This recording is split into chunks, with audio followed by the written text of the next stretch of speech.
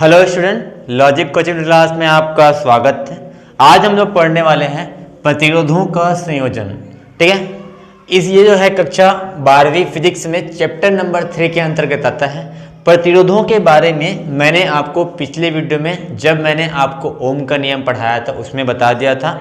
ठीक है, तो वो ओम का नियम इसमें यूज होगा, उस बात को याद रखिएगा। तो प्रतिरोधों का संयोजन का मतलब होता है कि आपको बहुत सारे प्रतिरोध दिए रहेंगे, रजिस्टर्स दिए रहेंगे, उसको क्या करना है, आपको किसी निश्चित क्रम में आपको जोड़ना रहता है। जैसे कि आपको संधारित्र की वीडियो में भी आपको बताया था कि हम लोग निश्चित तरीके से निश्चित क्रम में हम लोग क्या करते हैं, संधारित्र को जोड़कर एक नया सिस्टम बनाते हैं जो कि कहलाता है संयोजन।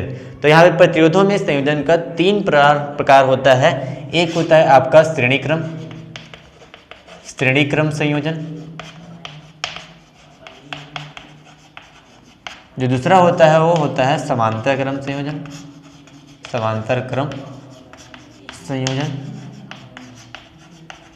और जो तीसरा होता है वो आपका होता है मिश्रित क्रम संयोजन।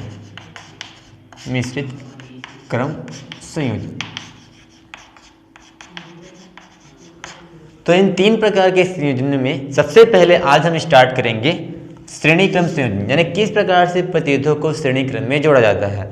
अगर आप धारिता वाला मेरा वीडियो नहीं देखे होंगे जिसमें संधारित्र को किस प्रकार से श्रेणी क्रम में जोड़ा जाता है, वो वीडियो भी देख लीजिए, उससे आपको समझ में आ जाएगा, एक आइडिया लग जाएगा कि किस प्रकार से हम लोग किसी भी प्रतिरोधों को या फिर संधारित्र को श्रेणी क्रम में किस प्रकार से जोड़ते हैं। जैसे कि आपको बता रहा हूँ, तो मेरा यहाँ पे हेडिंग लिख रहा हूँ मैं, श्रेणी क्रम संयोजन। श्रेणी क्रम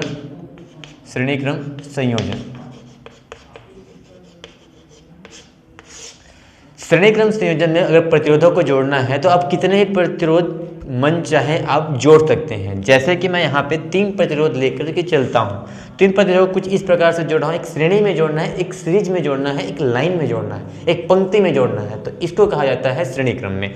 जैसे कि मैं 3 प्रतिरोध ले रहा हूँ, ये वाला प्रतिरोध, फिर मैं ले लिया एक वाला प्रतिरोध, फिर मैं ले रहा हूँ यहाँ पे एक और प्रतिरोध। इस प्रकार से मैंने 3 प्रतिरोध लिए हैं, इसको मैं नाम दे देता हूँ R1, R2, R3। इन प्रतिरोधों का जो नाम है ये हो जाएगा। ठीक है, ये एक प्रतिरोध जो है यहाँ से लेकर इस बिंदु तक जुड़ा हुआ है, इस बिंदु से इस बिंदु के बीच में जुड़ा है, इस बिंदु से इस बिंदु तक बीच में जुड़ा है। ठीक है, और इसके मध्य मैं लगाऊंगा एक सेल, लगा देता हूँ एक सेल। यहाँ पे मैं एक सेल जोड़ देता हूँ इस प्रकार से। यहाँ पे चाहूँ तो एक कुंजी जोड़ देता हूँ जो कि अभी खुला है, खुली कुंजी में जोड़ दिया। ये आपकी कुंजी है, ये आपका एक सेल है, और ये आपके 3 प्रतिरोध है। अगर देखा जाए तो इसको देख के आप समझ सकते हैं कि प्रत्येक प्रतिरोध को हम लोग किस प्रकार से जोड़ा है। अगर इसको देख के अगर बोला जाए तो वही आपका श्रेणी क्रम होगा। जैसे कि कैसे बोलेंगे, ध्यान से देखिएगा। पहले प्रतिरोध, ये पहला प्रतिरोध है, पहले प्रतिरोध के दूसरा सिरा, पहले प्रतिरोध के दूसरे सिरे को दूसरे प्रतिरोध के पहले सिरे के साथ, इसी प्रकार दूसरे प्रतिरोध के दूसरे सिरे को तीसरे प्रतिरोध के पहले सिरे के साथ जोड़ते हैं। इसी प्रकार अन्य प्रतिरोधों को भी क्या करते जाएंगे, जोड़ते जाएंगे, जैसे कि इनको जोड़े हैं। तो ये जो क्रम, जोड़ने का जो क्रम है, इसे कहा जाता है श्रेणी क्रम संयोजन। और एक बात और कि आपको पहले वाले प्रतिरोध के पहले सिरे और अंतिम वाले प्रतिरोध के अंतिम सिरे के मध्य आपको जोड़ना पड़ेगा सेल से हम लोग विद्युत धारा प्रवाहित करवाएंगे, फिर इसका प्रोसेस देखेंगे। तो इस प्रकार से जो संयोजन होता है वो कहलाता है आपका श्रेणी क्रम संयोजन। अब हम लोग इस श्रेणी क्रम संयोजन की सहायता से हम लोग तुल्य प्रतिरोध, क्या बोला, तुल्य प्रतिरोध का व्यंजक ज्ञात करेंगे। जैसे कि मैं यहाँ पे हेडिंग लिखता हूँ, तुल्य प्रतिरोध के लिए व्यंजक। तुल्य प्रतिरोध का व्यंजक मतलब सूत्र होता है, और तुल्य प्रतिरोध मतलब अपने को निकालना है, प्रतिरोध R होता है और इसका तुल्य निकालना है। तुल्य प्रतिरोध के बारे में आपको बताऊं तो ये होता है कि तुल्य प्रतिरोध वे प्रतिरोध होता है जो, इसमें से 3 प्रतिरोध आपने लिया है तो उसमें से एक प्रतिरोध जो होगा वो अकेला एक तीनों का काम करने वाले प्रतिरोध को तुल्य प्रतिरोध कहते हैं। तीनों के समान काम करेगा। जैसे कि 3 आदमी हैं जो कि क्या करते हैं, एक खेत की फसल को एक दिन में काट लेते हैं। कोई एक ऐसा आदमी आएगा जो एक दिन में ही उस एक खेत को काट लेगा, तो वो जो है एक आदमी वो 3 लोगों के बराबर कहलाएगा, अतः तुल्य कहलाएगा, इसलिए उसे तुल्य कहते हैं। इसी प्रकार एक प्रतिरोध होंगे जो इन तीनों प्रतिरोध या फिर चाहे जितने ही प्रतिरोध है उन सब प्रतिरोध का अकेला काम कर लेगा, वो होता है आपका तुल्य प्रतिरोध। इसी का हम लोग को सूत्र निकालना है श्रेणी क्रम संयोजन में। तो इसके लिए सबसे पहले इस परिपथ को पूर्ण कीजिए। परिपथ को पूर्ण करने का मतलब इसमें देखो, आप सेल जैसे ही कुंजी को लगाएंगे, जैसे ही कुंजी को आप लगाते हैं तो इसमें क्या होती है, धारा प्रवाहित होती है, ठीक है, धारा आई प्रवाहित हो रही है। क्योंकि ये श्रेणी क्रम में है और यहाँ पे पूरा आपका जो धारा है वो आपका कहीं पे भी अपने मार्ग को परिवर्तित नहीं कर रहा है, अपने रास्ते को परिवर्तित नहीं कर रहा है। याद रखना कि अगर धारा अपने मार्ग को परिवर्तित कर देती है, यानी कि वो दूसरे रास्ते में कहीं जाना चालू कर देता है, इसका मतलब धारा का मान चेंज होगा। लेकिन अगर धारा सिर्फ मुड़ रही है तो आपका वहाँ पे धारा करंट का मान नहीं बदलेगा।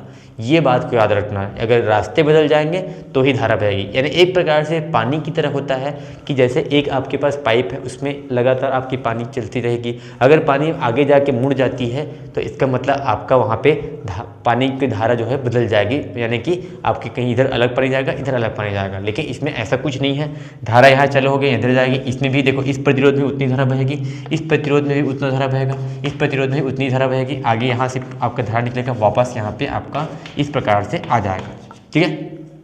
लेकिन ये सब होने के लिए आपको एक चीज़ की ज़रूरत है, वो है वोल्टेज।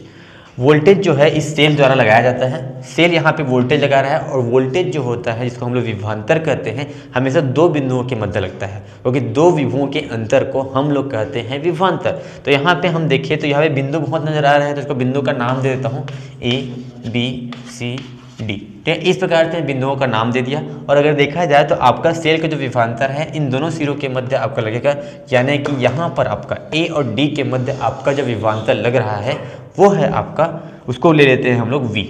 यहाँ से यहाँ तक जो टोटल विभवांतर है, यहाँ से यहाँ तक, यानी A और D बिंदु के मध्य विभवांतर है वो है कुल विभवांतर V है, ठीक है। अब अगर देखा जाए तो यहाँ पे विभवांतर का मान बदल रहा है। कैसे? क्योंकि विभवांतर का मान तब बदलता है जब बिंदु बदल जाते हैं। दो बिंदु के बीच में विभवांतर लगता है, लेकिन आपका ये बिंदु भी चेंज हो रहा है, तीसरा बिंदु भी आ रहा है, चौथा बिंदु भी आ रहा है। जैसा कि आपको दिख रहा है कि ये कुल विभवांतर जो है वो अलग अलग बिंदुओं में बटा गया है। तो हर एक प्रतिरोध के लिए अलग अलग बिंदु हैं, इसलिए यहाँ पे हर एक प्रतिरोध का विभवांतर भी बदल जाएगा, ठीक है। तो यहाँ पे A और B के मध्य विभवांतर अलग रहेगा। जैसे कि पहले प्रतिरोध है तो V1 मान लेता हूँ, यहाँ से यहाँ तक प्रतिरोध क्या हो जाएगा आपका V2 हो जाएगा।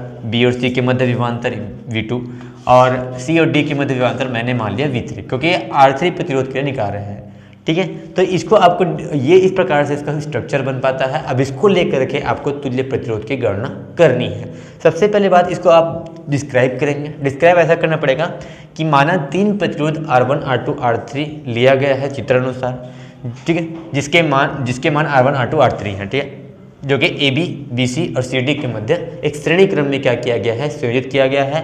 बिंदु A और D के मध्य यहाँ पे सेल को लगा दिया गया है और यहाँ पे कुंजी को भी लगा दिया गया है। तो ये आपकी स्टेज है।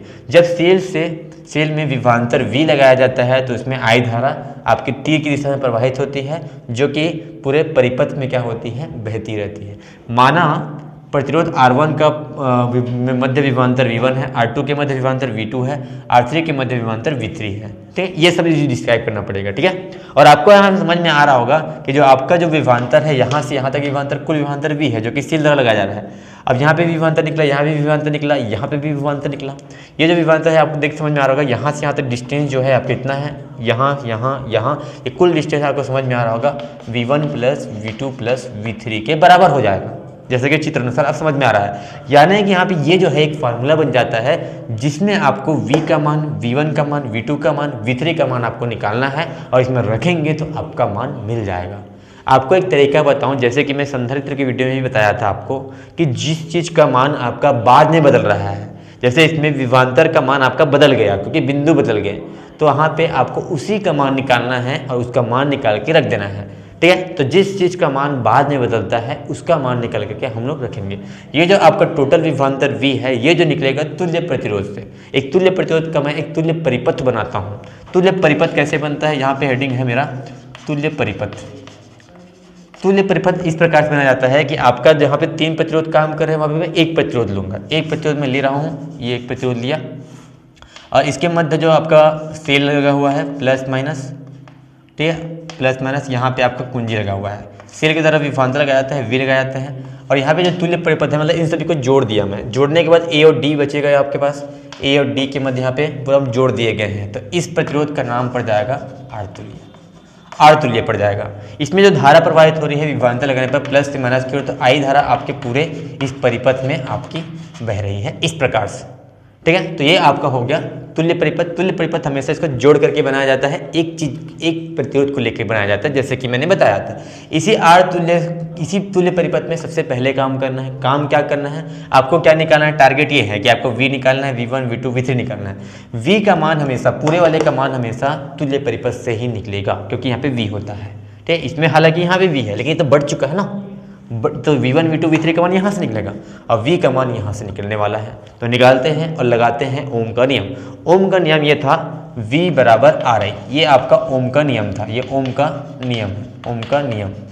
ओम का नियम तभी लागू होता है जहाँ पे आपका विभवांतर है, जहाँ पे प्रतिरोध है, जहाँ पे धारा है। आप देख पा रहे होंगे यहाँ पे विभवांतर है, धारा आ रहा है, प्रतिरोध आ रहा है, अतः यहाँ पे ओम के नियम लगा सकते हैं। ओम के नियम से, ओम के नियम से, ओम का नियम बोलता है V बराबर RI। तो यहाँ पे V का मान क्या है, V ही है। R का मान क्या है आपके पास, R तुल्य है, और I का मान आपके पास I है, इस प्रकार से। तो ये हो गया आपका समीकरण 1। तो ये V का मान यहाँ से निकला, यहाँ से। अब V1 का मान यहाँ से निकला, V1 यहाँ पे है, इतनी है। V2 का मान, V3 का मान, तीनों का मान निकालना है, फिर इसमें रख देना है, फिर खत्म कहानी, ठीक है। तो हम लोग निकालते हैं पहले R1 प्रतिरोध से। R1 प्रतिरोध के सिरों के मध्य विभवांतर, क्योंकि विभवांतर ही निकालना है तो सिरों के मध्य निकलता है विभवांतर। R1 प्रतिरोध के सिरों के मध्य विभवांतर, ये हो जाएगा आपका V1, विभवांतर तो V1 है, और आप लगा रहे हैं ओम का नियम, तो V बराबर RI होता है, तो V1 बराबर क्या हो जाएगा आपके पास, प्रतिरोध जो है इसका R1 है, ठीक है, और धारा इसमें I प्रवाहित हो रही है, धारा समान है सब जगह की। अब R2 प्रतिरोध के लिए, R2 प्रतिरोध के लिए, R2 प्रतिरोध के सिरों के मध्य विभवांतर, ये हो जाएगा V2 बराबर, प्रतिरोध है आपके पास R2 और धारा है आपके पास I। इसी प्रकार R3 प्रतिरोध के लिए अगर काम करें तो उसके सिरों के मध्य विभवांतर आपका निकलेगा V3, जिसका मान आएगा आपका R3I, क्योंकि प्रतिरोध R3 है और धारा आपके पास I बह रही है, ठीक है। तो इस प्रकार से समीकरण 2, समीकरण 3 और ये आपका समीकरण 4। तो आपने यहाँ पे देखा कि V का मान मैंने निकाला, फिर V1 V2 V3 का मान निकाला। इसी का मान इसलिए निकाला क्योंकि ये जो है ये बाद में बदल जा रहे हैं, विभवांतर जो है 3 भागों में टूट जाता है V1 V2 V3, क्योंकि बिंदु बदल जाते हैं, ये बात को याद रखिएगा, ठीक है। अब इसको लेकर के मैं इसमें रखता हूँ, तो मैं यहाँ पे ये क्या है आपका टोटल विभवांतर है, ठीक, परिपथ की कुल विभवांतर, परिपथ में कुल विभवांतर, कुल विभवांतर जो है आपके पास वो है आपके पास V बराबर V1 plus V2 plus V3। इन सब का मान मैं रखूंगा समीकरण 1 से, समीकरण 1 से, समीकरण 2 से, समीकरण 3 से, समीकरण 4 से, सभी में V1 V2 V3 का मान दिया गया है। समीकरण 1 2 3 व 4 से रखता हूँ मान। V का मान क्या है, R तुल्य I, यहाँ पे रखता हूँ R तुल्य I, ठीक है। V1 का मान क्या है आपके पास, V1 का मान है आपके पास R1I, R2I, R3I, रखते जा रहा हूँ, ठीक है। R1I plus R2I plus R3I, ठीक है। अब आप देख पा रहे होंगे इन सभी में I जो है वो उभयनिष्ठ यानी कॉमन निकल रहा है, तो कॉमन निकालता हूँ, I कॉमन निकल जाएगा, अंदर बचेगा R1 plus R2 plus R3, इधर निकल रहा है R तुल्य I, ठीक है, इधर है, तो I से I कैंसिल हो जाएगा क्योंकि दोनों साइड सेम है, ठीक है। तो आपके पास बच जाएगा R तुल्य बराबर R1 plus R2 plus R3, bracket को हटा सकते हैं, ठीक है। तो इस प्रकार हम लोगों ने 3 प्रतिरोधों के लिए तुल्य प्रतिरोध का मान निकाला। यही तो निकालना था आपको, टारगेट ही था आपका R तुल्य का मान निकालना, ठीक है। तो हम लोगों ने R तुल्य का मान निकाले, लेकिन हम लोग मान लेते हैं कि अपने पास प्रतिरोध तो 3 है, उसके लिए है, आपके पास प्रतिरोध बहुत सारा रहेगा। कितना रहेगा, बहुत सारा रहेगा, मतलब N प्रतिरोध, ठीक है। तो N प्रतिरोध के लिए हम लोग निकाले, N प्रतिरोध के लिए तुल्य प्रतिरोध की गणना करें तो हो जाएगा वो R तुल्य, इसी को देख के लिखना है R1 plus R2 plus R3 plus, और बहुत सारे प्रतिरोध है तो डेट करना, प्लस लिखना, फिर आखिरी में 1 2 3 चला है तो आखिरी में n चलेगा, n प्रतिरोध के लिए। तो ये जो आपका निकल के आता है ये आपका रियल में तुल्य प्रतिरोध है। ठीक है, तो इसको आपको डिस्क्राइब करना पड़ेगा वाकई में हो क्या रहा है। जो तुल्य प्रतिरोध है वो प्रत्येक प्रतिरोधों के कुल योग के बराबर आ रहा है। तो इसको अच्छे से बोलना कि श्रेणी क्रम पढ़ रहे थे, श्रेणी क्रम में तुल्य प्रतिरोध प्रत्येक प्रतिरोधों के बीजगणितीय योग को यूज करना, बीजगणितीय योग के बराबर होता है, जैसे कि आप दिख रहा है। ठीक है, इसको डिस्क्राइब करना पड़ेगा, ये बात को याद रखिएगा। ठीक है, यहाँ पे एक चीज़ बता दूँ आपको, एक एग्जांपल लेके, जैसे कि मेरे पास R1 का मान दे दिया है 2 ओम और R2 का मान दे दिया है आपके पास 4 ओम, ऐसा यहाँ पे ओम है। ठीक है, तो यहाँ पे आपको तुल्य प्रतिरोध निकालना है श्रेणी क्रम में, तो इसका सूत्र होता है R तुल्य बराबर, तो क्या हो जाएगा, 2 प्रतिरोध है तो R1 प्लस R2 हो जाएगा। तो जब हम इसको जोड़ेंगे तो 2 प्लस 4 यानी कि 6 ओम निकल के आएगा। R तुल्य का मान, तुल्य प्रतिरोध का मान आपका ये निकल के आएगा। ठीक है, समझ में आया। अब ये R तुल्य का मान पे हम लोग थोड़ा एनालाइज करें, थोड़ा देखें तो आपको समझ में आएगा कि आपका जो प्रतिरोध दिया गया था 2 ओम और 4 ओम, इससे जो है इसमें बड़ा मान निकल के आया है, इन दोनों से बड़ा मान निकलता है, या फिर ऐसे भी कह सकते हो इसमें जो दोनों प्रतिरोध में जो बड़ा वाला प्रतिरोध था 4 ओम, उससे भी बड़ा मान आपको दिखने को मिलता है जब आप तुल्य प्रतिरोध निकालेंगे तब। ठीक है, तो इस प्रकार से हम लोगों ने सीखा कि श्रेणी क्रम संयोजन में उसको कैसे संयोजित करते हैं प्रतिरोधों को, साथ ही साथ तुल्य प्रतिरोध का भी व्यंजक हम लोगों ने इस प्रकार से कुछ तरीके से निकाला। ठीक है, इस प्रकार से इन प्रतिरोधों के लिए भी हम लोगों ने व्यंजक स्थापित किया, और साथ ही साथ एक और चीज़ सीखा कि जो आपका तुल्य प्रतिरोध जो निकलता है श्रेणी क्रम में, वो इसमें से जो भी रहेगा बड़ा वाला प्रतिरोध उसमें से भी बड़ा मान निकलता है। ये बात को याद रखिए, फैक्ट है। ठीक है, तो अगर आपको यह वीडियो समझ में नहीं आया होगा तो आप इस वीडियो को रिवाइंड करके देख सकते हैं, अगले वीडियो का इंतजार करें, क्योंकि अगले वीडियो में हम लोग लेके आएंगे समांतर क्रम संयोजन को। ठीक है, और समांतर क्रम संयोजन में भी कुछ इस प्रकार से हम लोग व्यंजक निकालेंगे तुल्य प्रतिरोध का। ठीक है, तो अगले वीडियो के लिए बने रहिए, धन्यवाद।